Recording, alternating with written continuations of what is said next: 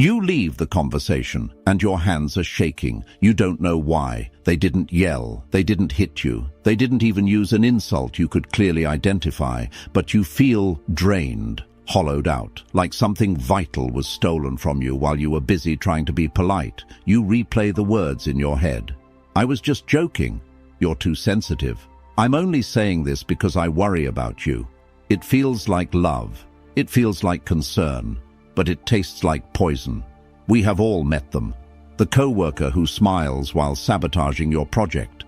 The partner who gaslights you until you question your own memory. The family member who uses guilt like a sniper rifle. Precise, invisible, and deadly. They are the architects of chaos, and the reason you are losing against them is simple. You are playing by the rules of decency. They are playing by the rules of war. You are trying to use empathy to solve a power struggle. You are bringing a bouquet of flowers to a knife fight, and as long as you do that, you will remain their victim. You will remain the battery they drain to feel powerful. But what if you stopped? What if you stopped trying to be good and started being effective? What if you could look a narcissist in the eye and make them flinch? What if you could silence a manipulator without speaking a single word? What if you could turn their own games against them, so that every time they tried to hurt you, they only hurt themselves? This is not about becoming evil. It is not about becoming them. It is about understanding the mechanics of power. 500 years ago, a man named Niccolo Machiavelli wrote a small book that terrified the world. He didn't write about how things should be. He wrote about how things are. He stripped away the polite lies of society and exposed the brutal machinery of human nature. He taught that it is better to be feared than loved if you cannot be both. He taught that the one who controls the narrative controls the reality. Today, we are going to apply Machiavelli's ruthless philosophy to the modern toxic landscape. We are going to dismantle the toxic person's playbook, page by page. I am going to hand you 7 psychological weapons. They are heavy, they are sharp, and they are dangerous. Most people will never use them. They are too afraid of being seen as cold. They are addicted to the moral high ground, even while they are being slaughtered on the low ground. But you are here because you are done bleeding. By the end of this video, you will not just survive toxic people. You will baffle them. You will break their influence over you. You will become what Machiavelli called the prince, sovereign, strategic, and untouchable. But be warned, once you see the game, you can never unsee it. And once you learn to play it, you might find that you enjoy the silence that comes after the victory. Let's begin. Before you can defeat the enemy, you must understand what you are actually fighting. You think you are dealing with a person. You aren't. You are dealing with a pattern, a glitch in the human software that mistakes control for connection. Machiavelli wrote, "For this can be said of men in general, that they are ungrateful, fickle, pretenders and dissemblers, avoiders of danger, and eager for gain." It sounds cynical, it sounds dark, but if you are dealing with a toxic individual, it is simply a factual description of your reality. The first mistake you make is projection. You project your own conscience onto them. You think, if I explain how much this hurts, they will stop. If I show them kindness, they will reciprocate. You assume they have the same operating system as you. They don't. A toxic person does not view interaction as an exchange of value. They view it as the extraction of resources, your attention, your emotional reaction, your self-esteem. These are the resources. When you explain yourself, you are not building a bridge. You are giving them ammunition. When you get angry, you are not standing up for yourself. You are giving them supply. They are addicted to significance, and nothing makes a person feel more significant than knowing they have the power to ruin your day with a single sentence. Machiavelli understood that people are driven by 2 primary forces, fear and self-interest. The toxic person is driven by a deep, hollow fear of insignificance. They fill that void by controlling you. To beat them, you must stop trying to heal them. You must stop trying to save them. Machiavelli advised the prince to see the world as it is, not as he wished it to be. He who neglects what is done for what ought to be done sooner effects his ruin than his preservation. If you continue to treat a snake like a puppy, do not be surprised when you get bitten. The shift begins here, right now. You must kill the nice guy or nice girl inside you, that part of you that wants everyone to get along, that part of you that craves approval. That part of you is a liability. It is the handle they use to open you up. You must replace that need for approval with a need for strategy. The game isn't about who is right. The game is about who is in control of themselves. The moment you lose your temper, you lose the round. The moment you cry, you lose the round. The moment you over-explain, you hand them the victory. So how do we take the power back? We start by becoming a void. Machiavelli said, "Everyone sees what you appear to be. Few experience what you really are." The toxic person relies on reading you. They need to know your buttons. They need to know your insecurities. They poke you to see where you bleed. If they know you are insecure about your intelligence, they will make subtle jokes about your work. If they know you fear abandonment, they will use the silent treatment. They are mapping your psyche. Your defense is to become unmappable. In modern psychology, this is called the grey rock method. But we are going to take it a step further. We are going to apply Machiavellian silence. When they provoke you, your instinct is to defend, to correct the record, to say, "That's not what happened. Don't." Instead, offer them nothing. When they insult you, look at them with absolute flat neutrality. Blink once, then go back to what you were doing. When they try to guilt trip you, say, "I understand you feel that way," and then stop talking. This is not passive. This is aggressive silence. You are creating a vacuum. Toxic people rely on friction. They need you to push back so they can push harder. It's physics. If you lean against a wall and the wall disappears, you fall on your face. Be the wall that disappears. Let's look at a scenario. A co-worker, let's call him Mark, says in a meeting, "Well, I guess some of us have time to leave early while the rest of us do the actual work." He wants you to snap. He wants you to say, "I stayed late 3 times last week." He wants you to look defensive in front of the boss. The Machiavellian move. You look at Mark, you pause for 3 seconds. The silence stretches. It becomes uncomfortable for him, not you. Then you say calmly, "Interesting perspective, Mark." And you turn back to the boss and continue your presentation. What just happened? You denied him the fuel. You made his comment look petty and small because you didn't dignify it with a reaction. You signaled to the room that he is beneath your notice. This is therapeutic indifference. It hurts them more than any insult could, because an insult implies they matter enough to upset you.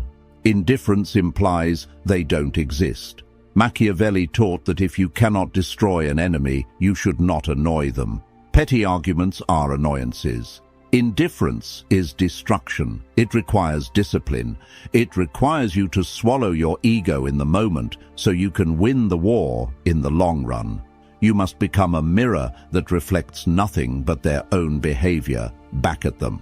When a narcissist stares into a void, they panic. They ramp up the tactics. They get louder. They get meaner. This is the extinction burst. It's the tantrum a child throws when the parent stops giving in. When this happens, do not break. This is the sign that you are winning. They are escalating because their control panel is broken. They are pushing buttons and nothing is happening. Stay in the void. You are training them. You are conditioning them like Pavlov's dog. You are teaching them that their toxicity yields 0 reward. Eventually, they will move on to an easier target, because predators are lazy. They want easy prey. If you are a stone, they can't eat you. Information is power. In the hands of a healthy person, intimacy is connection. In the hands of a toxic person, intimacy is leverage. Every secret you tell them, every fear you confess, every complaint you make about your boss or your partner, it is all filed away. It is all ammunition waiting for the right moment.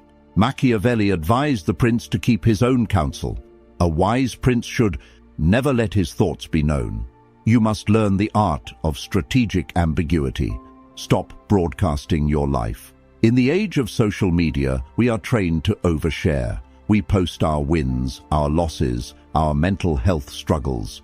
We think we are being authentic, but to a manipulator, your authenticity is a map of your vulnerabilities.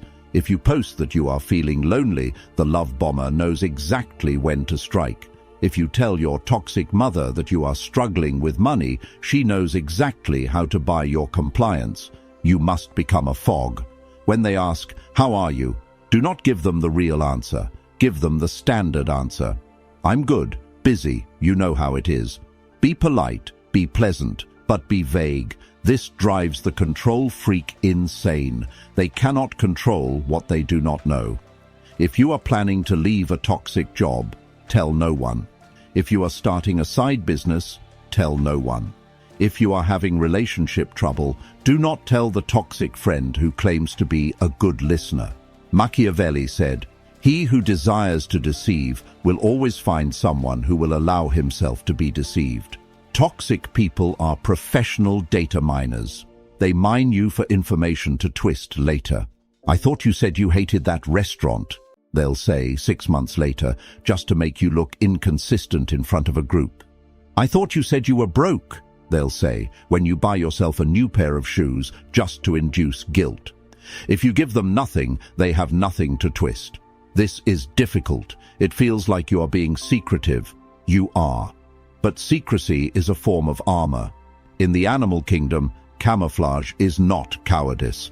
It is survival. You are blending in. You are appearing normal, boring, unremarkable. This is the gray man theory applied to psychology. If you are boring, they get no drama. If you are vague, they get no leverage. If you are unpredictable because they don't know your plans, they cannot sabotage you. Imagine you are playing poker. You don't show your hand to the person who has been cheating all night. You hold your cards against your chest. They will try to pry you open. You're being so quiet lately. You never tell me anything anymore. I feel like we're drifting apart. Recognize this for what it is. It is a baiting maneuver. They are fishing for a reaction. They want you to say, "No, I'm not, I just..." and then spill your guts. Don't bite. Response: "Really? I've just been focused on work." So, how is your new car? Deflect, pivot, keep the spotlight on them. Toxic people love talking about themselves. Let them. While they talk, you study. While they talk, you are safe. You are gathering intel. They are revealing their hand. You are keeping yours hidden. That is the asymmetry of power. There is a concept in martial arts called judo. In judo, you do not fight the opponent's force. You use their momentum against them. If they push you, you pull them. If they pull you, you push them. You can do this verbally. Machiavelli knew that ego is the weakness of every tyrant. When a toxic person attacks you, they expect resistance. They expect you to say no. What happens if you say yes? Not yes to their demands, but yes to their reality. This is called fogging. Let's say a toxic parent says, "You are such a disappointment, you never visit." The resistance response: "I visit all the time. I was there last week, you're just never happy." Result: an hour-long fight. They win. The judo response: "You're right, I probably don't visit as much as you'd like." And then silence. Watch what happens. You agreed with the truth of the statement from their perspective, but you accepted no guilt. You didn't apologize. You didn't promise to change. You just agreed. You're right. Those two words are the ultimate conversation killers for a toxic person. They are gearing up for a fight. They have their gloves on. They are bouncing in the ring. And you just took off your gloves and sat down. They have nowhere to put that aggression. It bounces back and hits them. Let's try another one. A manipulator says, "You're acting crazy right now." Resistance: "I'm not crazy. You're the one gaslighting me." Result: "See, you're yelling. You are crazy." Trap sprung. Judo. Response: "I can see why you might think that." End of sentence. You are validating their perception without validating the fact. You are saying, "I see your illusion." This is maddening for them. They cannot fight agreement. It makes you slippery. It makes you impossible to pin down. Machiavelli advised that a prince should appear to be whatever the people need him to be, while remaining true to his own objectives. You appear to be agreeing. You appear to be submissive. But in reality, you are ending the interaction on your terms. You are preserving your energy. Every time you argue with a toxic person, you are leaking vitality. You are aging yourself. You are spiking your cortisol. Is it worth it? Is it worth it to prove you are right to someone who is committed to misunderstanding you? No. Give them the win so you can keep the peace. You're right. I'm terrible at loading the dishwasher. Then walk away and go enjoy your life. Let them have the dishwasher victory. You keep your sanity. This requires a massive reduction in ego. Your ego wants to scream. Your ego wants justice. But justice is rare. Peace is created. You must prioritize your peace over your pride. Machiavelli wrote, "Prudence consists in knowing how to distinguish the character of troubles, and for choice to take the lesser evil. The lesser evil is letting them think they won the argument. The greater evil is losing your soul trying to convince them." We have talked about presence, how to act when you are with them. Now let's talk about the most powerful weapon of all, absence.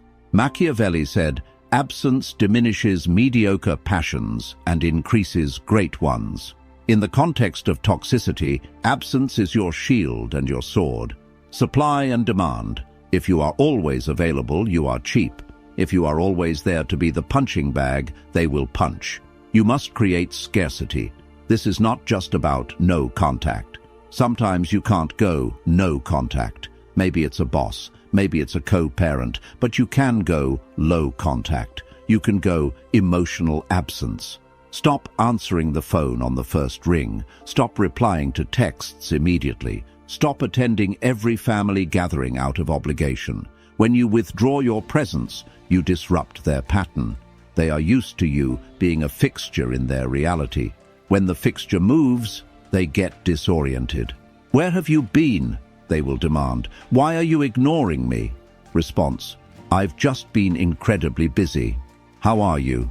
Ambiguity plus absence. You are training them to understand that access to you is a privilege, not a right. And when they abuse that privilege, access is revoked. Imagine you are a castle. The toxic person is a barbarian at the gate. For years, you have left the drawbridge down. They walk in, muddy the carpets, steal the silver, and leave. And you stand there crying, asking why they did it. Pull up the drawbridge. They will scream from the other side of the moat. They will throw rocks. They will tell everyone in the village that you are a cruel tyrant for locking them out. Let them. You are safe inside. Machiavelli knew that to rule, one must be independent. If you are dependent on their approval, you are a vassal. If you are dependent on their money, you are a serf. To beat them, you must build your own kingdom. Financial independence, emotional independence, social independence. The more you need them, the more they can hurt you. The less you need them, the more you become a ghost they cannot catch. When you finally stop caring, truly stop caring about their opinion, their power evaporates. It is like waking up from a nightmare. The monster was only scary because you were asleep. When you wake up, you realize it was just a shadow on the wall. Sometimes defense is not enough. Sometimes the toxic person corners you. Sometimes they threaten what you love. And in those moments, you cannot be a ghost. You must become the lion. Machiavelli said there are two ways to fight, by law and by force. The first is natural to men, the second to beasts. But because the first is often insufficient, one must have recourse to the second. Sometimes you don't just walk away. Sometimes you have to make sure they can never follow you. Machiavelli wrote a line that is often quoted but rarely understood. Men ought either to be well treated or crushed because they can avenge themselves of lighter injuries, of more serious ones they cannot. This is the most dangerous lesson and the most necessary. Most people deal with toxic behavior in half measures. You snap back a little, you make a passive-aggressive comment, you complain to HR but then downplay it. This is a mistake. When you inflict a light injury on a toxic person, when you just annoy them or embarrass them slightly, you do not stop them. You motivate them. You trigger their revenge complex. They will go home, obsess over it, and come back with a bigger plan to hurt you. If you are going to fight, you must end the conflict. You do not fight to hurt. You fight to neutralize. How do you crush a toxic person in the modern world? You don't use violence. You use the one thing they cannot survive: shame. Toxic people operate in the shadows of social politeness. They rely on the fact that you won't make a scene. They rely on implied insults. Your move is to drag them into the light. The technique is called the spotlight. When they make a snide comment disguised as a joke in front of others, do not laugh. Do not get angry. Stop everything. Look at them with clinical curiosity and ask, "Can you explain what you meant by that?" Silence. They will try to brush it off. "Oh, I was just kidding. You're too sensitive." Do not let them escape. Keep the spotlight on. "I understand you were joking, but I don't get the punchline. Explain to me why that is funny." Now the room is quiet. The tension is high. They are sweating. They have to either admit they were being cruel or say something stupid that makes them look incompetent. You have stripped away their camouflage. You have exposed the predator. This is a crushing blow because it destroys their social mask. A narcissist would rather be punched in the face than be humiliated publicly. Once you do this effectively, once you show them that you are willing to make things awkward to protect your boundaries, they will recoil. They will label you as difficult, good. Difficult means hard to eat. You want to be difficult to digest. Another surgical strike is the documentation bomb. If you are dealing with a toxic boss or a manipulator in a legal setting, do not argue with them verbally. They are better liars than you. Switch to paper. Every conversation gets an email summary. Per our conversation, you stated X, Y, and Z. Please confirm. They will hate this. They will try to call you to avoid the paper trail. Do not pick up. "I'm in the middle of something." Send it in an email. When you present a stack of undeniable facts, you are not arguing. You are executing a checkmate. Machiavelli advised the prince to rely on his own arms, not the arms of others. Your arms are your records, your facts, your reality. Never threaten. Never say, "I'm going to report you." Empty threats signal weakness. Just act. File the report. Send the email. Make the statement. The blow must come out of nowhere, and it must be decisive. When they realize you are not playing a game of emotions but a game of consequences, they will retreat. The toxic person's favorite weapon when they lose control of you is the smear campaign. If they cannot control you, they will try to control how others see you. They will paint you as the villain, the unstable one, the abuser. This terrifies most people. We are social animals. The fear of being outcast is primal. Machiavelli addressed this. He said that a prince must avoid being hated, but he must not care about being feared. However, the best fortress a prince can have is the affection of his people. How do you counter a smear campaign? Not by defending yourself. If you run around trying to disprove the lies, you look guilty, you look frantic. You counter it with consistency. You build a reputation fortress. Be so undeniably competent, kind, and stable with everyone else that the toxic person's lies sound insane. If Mark tells everyone that you are an angry, unhinged lunatic, but every other person in the office experiences you as calm, helpful, and professional, Mark starts to look like the liar. You are playing the long game. The toxic person burns bridges. They use people. Eventually, their mask slips with everyone. You just have to survive until it does. Do not badmouth them back. If someone comes to you and says, "Hey, Mark said you were difficult to work with," do not launch into a rant about Mark. That makes it a he said, she said. Instead, use the high road pivot. That's a shame he feels that way. I actually think Mark is very talented at X. I hope he's doing okay. This confuses the messenger. Mark is spitting poison. You are offering grace. Who looks like the problem? You are using contrast. Darkness is most visible when placed next to light. Be the light. Not because you are a saint, but because it is the most strategic way to expose their darkness. Machiavelli knew that perception is reality. If you control your behavior, you eventually control the public perception.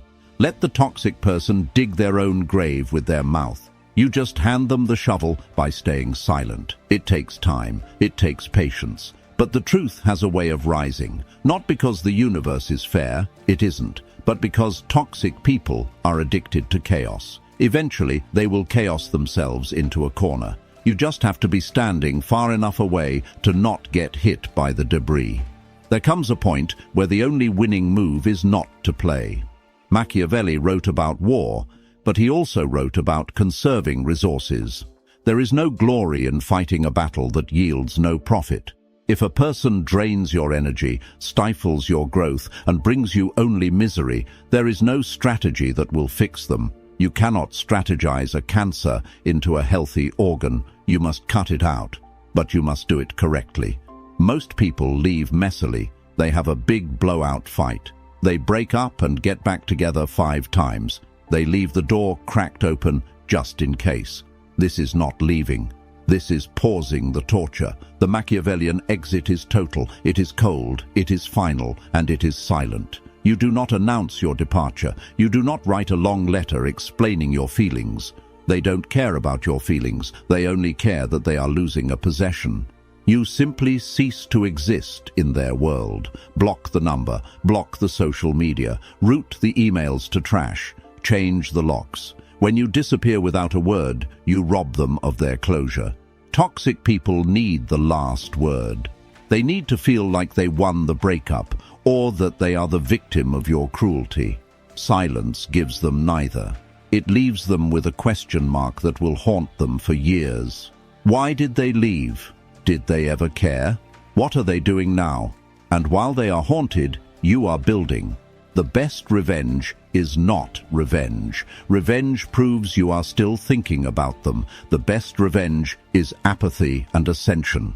Succeed, get fit, make money, find love that is gentle and safe. Do it for yourself, not to show them. But know that somewhere in the dark corners of the internet, they are watching. And nothing burns a toxic person more than seeing their victim thrive without them. It proves their deepest fear. They were not essential. You were the sun. They were just a cloud passing in front of it. Now the cloud is gone and you are shining. Machiavelli said, "It is not titles that honor men, but men that honor titles. It is not the relationship that defined you. It was you that gave value to the relationship. Take your value back." So where does this leave us? We have walked through the darkness. We have picked up the weapons of silence, ambiguity, and strategic aggression. Some of you might feel uncomfortable. Is this manipulation? Is this cold? Let me ask you a question. Is a surgeon cruel for cutting open a patient to remove a tumor? Is a soldier cruel for shooting a terrorist to save a hostage? You have been a hostage to your own empathy for too long. You have treated your kindness like a weakness, handing it out to people who use it as a weapon against you. Machiavelli wasn't a villain. He was a realist. He wanted to protect the state from chaos. You are the state. Your mind is the kingdom. When you adopt these strategies, you are not becoming a bad person. You are becoming a formidable person.